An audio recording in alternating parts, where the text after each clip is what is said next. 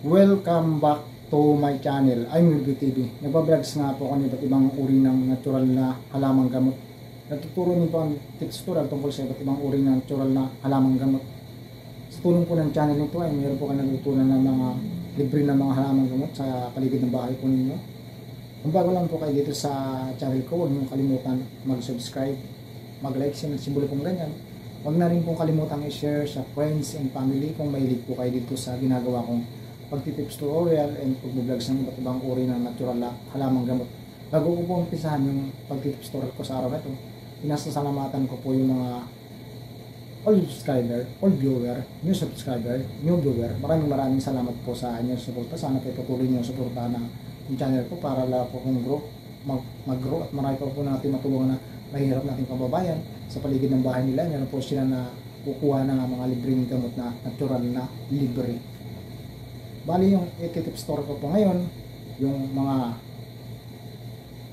pagkain na may allergy, lalong-lalo na kung kayo mga may allergy sa pagkain. Marami sa mga kababayan natin na may mga allergy sa pagkain. Hindi kayo nagtataka na yung mga pagkain pala ninyo, iniinom ninyo, bawal pala yung ininom ninyo, kinain ninyo. Tips number 1, may allergy na pagkain na allergen ha, gatas. Kahit anong uri ng gatas, bawal kayong uminom kapag kayo may allergy, kasi kung may allergy kayo, lalong lalala yung allergy nyo. Yan yung tips number 1, pagkain na may allergen or bawal sa may allergy na tao, bata, matanda. Tips number 2, isda. Kahit anong uri po ng isda, bawal po sa inyo kung kayo may allergy, lalo na kung sumasasal yung allergy ninyo, lalo na kung may history kayo ng allergy at talagang may stage by stage yung allergy mo, bawal na bawal kayong kumain ng isda kasi lalong lalala po yan. Tips number 3, yung mga pusit, pugita, bawal na bawal po sa taong may allergy kasi lalala po yung allergy ninyo. Yung pusit, pugita, bagulan, ano pa mang uri ng bagulan, pusit, pugita, alam na ninyo yan. Yung pusit, pugita o octopus, bawal na bawal sa may allergy ang bata o matanda. Huwag na huwag kayong kakain, lalo na kung sumasasal po yung allergy nyo, lalo po kayong magkakaroon ng allergy. Tips number 4, alimango. Ano po mga uri ng kinds of alimango? Alimango, alantigas, katang, kasag, or kaldi-kaldero, o ano pa mang tawag niyo sa probinsya ninyo, iba't iba tayo ng lingwahe. Basta kinds of alimango, bawal po sa taong may allergy, bata o matanda. Yan po yung tips number 4. Tips number 5, mga beans.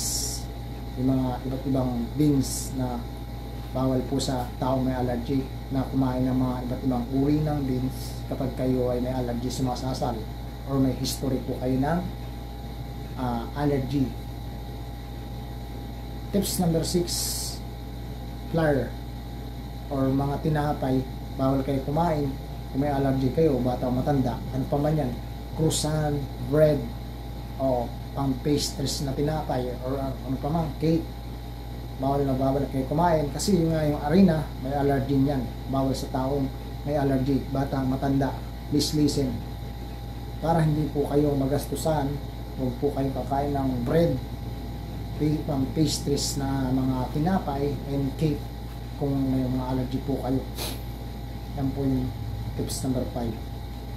Tips number 6, bawal sa tao may allergy, yung ano pa man ito, yung mga alikabok. Anong mga alikabok yan? Alikabok ng sasakyan, alikabok sa lupa, yung naiikot, alikabok sa bahay, lalo na yung nakalagay sa electric pan ninyo na napakadumi. Linisan po ninyo yan. Alikabok sa unan, kung may allergy ng tao, lang magkaka-allergy yan. Sorry. Alikabok sa mga pinupunta ninyo, bawal na bawal po sa taong may allergy. Tips number 5. Tips number 6, bawal sa taong may allergy, mga usok ng factory, usok ng sasakyan, or usok ng mga ibang uri ng factory nga na bumubuga sa iyo. Iwas po kayo yan kasi kung may allergy kayo, lalong lalala yung allergy nyo. Yan po yung tips number 5. Tips number 6, bawal sa tao may allergy, Yung matulog kayo, kasimba yung aso. Matulog kayo, kasimba yung pusa ninyo. Matulog kayo, kasimbay ninyo yung malapit kayo sa mga kulungan ng manok, poultry, or mga kulungan ng baboy, mga kulungan ng kabayo, or horse, kulungan ng mga ibon. Bawal na bawal po kayo dyan na matulog sa kalapit niyan kasi allergy nga po kayo. Pwede kayong yung mga amon yan or mga balahibo o yung mga alikabok na siyempre yung manok, di ba, napapansin nyo naglalaro sila sa alikabok, ganon din yung ibon. Kaya bawal sa inyo alikabok, yung mga balahibo nila or mga amoy nila, di ba? Yan po yung tips number 6. The last bonus, bawal sa taong may allergy, yung mga pumunta ka sa madumi na lugar kagaya ng bumaha, naglangoy ka dun, bumaha sa ilog, bumaha sa sapa, bumaha o sa dagat, yung dagat may ilog doon sa katabi, may sapa, siyempre madumi yan kapag nabaha. Alam mo bakit madumi yan? Kung galing sa ilog yung tubig, may mga basura, may mga ihi ng hayop, ihi ng tao, dumi ng tao, dumi ng hayop, yung mga dumi ng kung ano, mga basura, katas ng basura, lalo na kung galing sa palengke, galing sa factory, ano pa man na madumi na pinanggalingan yan, tapos naglangoy ka sa bata matanda, lalo na po yung mga bata. Listen po sa mga bata, bawal na kayo maglangoy dyan kasi kung may allergy kayo, lalo kayong magkaka-allergy, lalong lalala po yung allergy ninyo.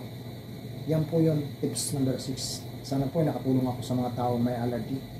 At sana po ay kung hindi pa kayo nakaka-subscribe, paki-subscribe po and paki-likes and paki-share na rin po kung gusto niyo itong ginagawa kong pag-clip tutorial and pag-vlogs ng iba't ibang uri ng halamang gamot na natural. Maraming salamat po sa inyong suporta. I will be TV. Bye bye.